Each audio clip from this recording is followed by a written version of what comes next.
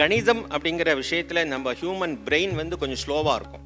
Computer அப்படி கால்குலேஷனில் ரொம்ப ஃபாஸ்ட்டாக இருக்கும். இன்னும் எவ்வளவு ஆர்டிஃபிஷியல் இன்டெலிஜென்ஸ் வரட்டும், ஏஐ வரட்டும், ஆனாலும் இந்த பலன்களை உறுதியாக கூறுவதும் அந்த வாழ்க்கை சிக்கல்களிலிருந்து விமோச்சனத்தை கொடுப்பதும் ஒரு மனித ஜோதிடனால தான் முடியும்.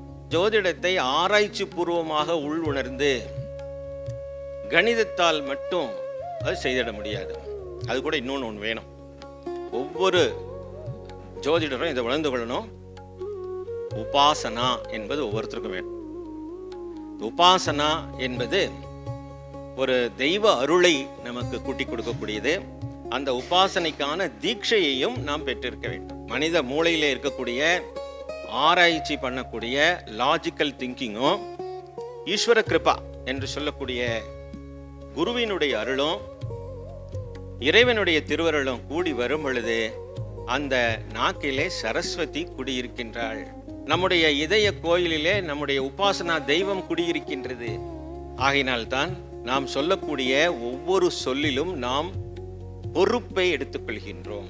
மிக மிக பொறுப்புடன் செயல்பட வேண்டியது ஜோதிடர்களுடைய வேலையாக இருக்கிறது.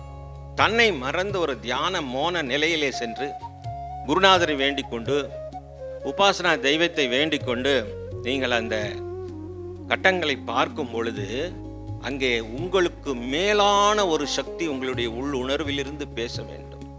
அந்த வாக் தேவி உங்கள் வார்த்தையிலே வர வேண்டும். இது ஒரு பொறுப்பு, நமக்கு மிகப்பெரிய பொறுப்பு. ஒவ்வொரு சொல்லுக்கும் சக்தி உண்டு. ஓம் என்ற வார்த்தையிலிருந்து தானே இந்த பிரபஞ்சமே பிறந்திருக்கிறது. வாக்கிலிருந்து தான் சிருஷ்டியே தொடங்குகிறான் ஈஸ்வரன். வாக்காகிய இந்த ஓமில் இருந்துதான்.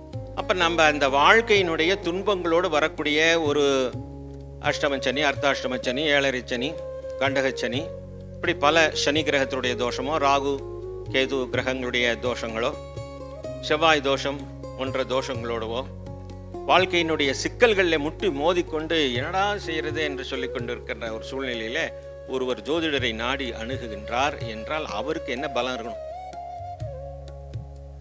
அவருடைய ஜாதகத்திலே ஒரு குருவினுடைய பலம் இருக்கணும். இப்போ தமிழ்நாட்டில் 8 கோடி பேர் இருக்கின்றார்கள். 8 கோடி பேரும் ஜோசியக்காரர்கிட்ட போறாங்களா? அதிலே ஒரு சிலர் தான் போகின்றார். அவர்களுடைய ஜாதகத்திலே குருவினுடைய பலம் உறுதியாக இருக்க வேண்டும்.